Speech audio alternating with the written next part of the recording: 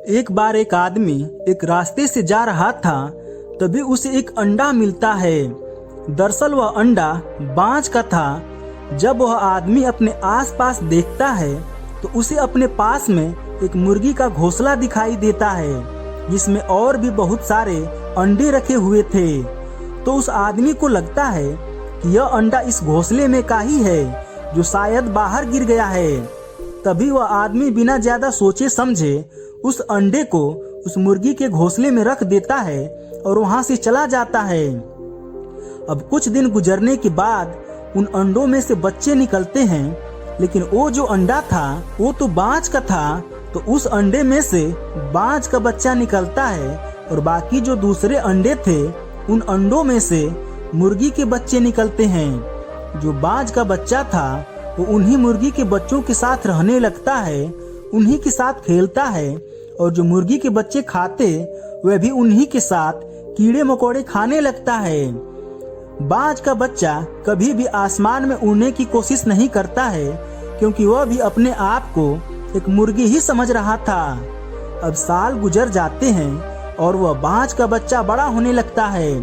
तो एक दिन जब वह ऐसे ही बाकी मुर्गी के बच्चों के साथ टहल रहा होता है कि तभी वह आसमान में देखता है और उसकी नजर एक बाज पर पड़ती है, जो बहुत ही ऊंचाई पर आसमान में बादलों को चीरता हुआ उड़ रहा था। जब वह बाज का बच्चा उसे देखता है तो उसके बगल में एक मुर्गी का बच्चा था। वह उस मुर्गी के बच्चे से पूछता है कि वह कौन सा परिंदा है जो इतनी ऊंचाई पर उड़ रहा है। तो मुर्गी का बच्चा उससे कहता है कि वह एक बाज है जो पक्षियों का राजा होता है और वह आसमान के लिए ही बना है। वह इससे भी ज्यादा ऊंचाई पर उड़ता है जो हम नहीं उड़ सकते, हम सिर्फ जमीन पर ही चल सकते हैं।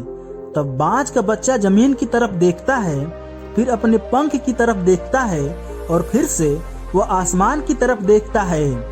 लेकिन वह बच्चा अपनी पूरी जिंदगी में कभी भी आसमान में उड़ने की कोशिश नहीं करता है, क्योंकि वह हमेशा से ही एक झूठ में जी रहा था कि वह एक मुर्गी है।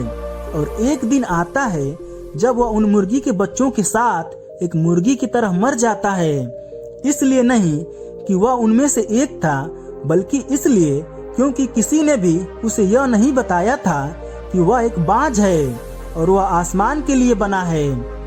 दोस्तों, इसी तरह अगर आप भी मुर्गियों के बीच में रहते हैं तो आपको भी एक बाज की तरह आसमान में उड़ना मुश्किल लगता होगा और आप भी उसी माहौल में रहते हुए कभी कोशिश नहीं करते हैं। कोशिश करना तो छोड़िए, आप कभी सोचते भी नहीं होंगे। दोस्तों, इस कहानी से हमें यह सीख मिलती है कि आपके आसपास में जो लोग रहते हैं उनका आपके ऊपर बहुत बड़ा असर पड़ता है। तो इसलिए अपनी काबिलियत को पहचानिए कि आपकी काबिलियत क्या है। तो दोस्तों, अगर आपको यह कहानी पसंद आई हो तो इसे लाइक करें, अपने दोस्तों और परिवार के साथ शेयर करें, और हमारे चैनल पर नए हैं तो चैनल को सब्सक्राइब करें। धन्यवाद।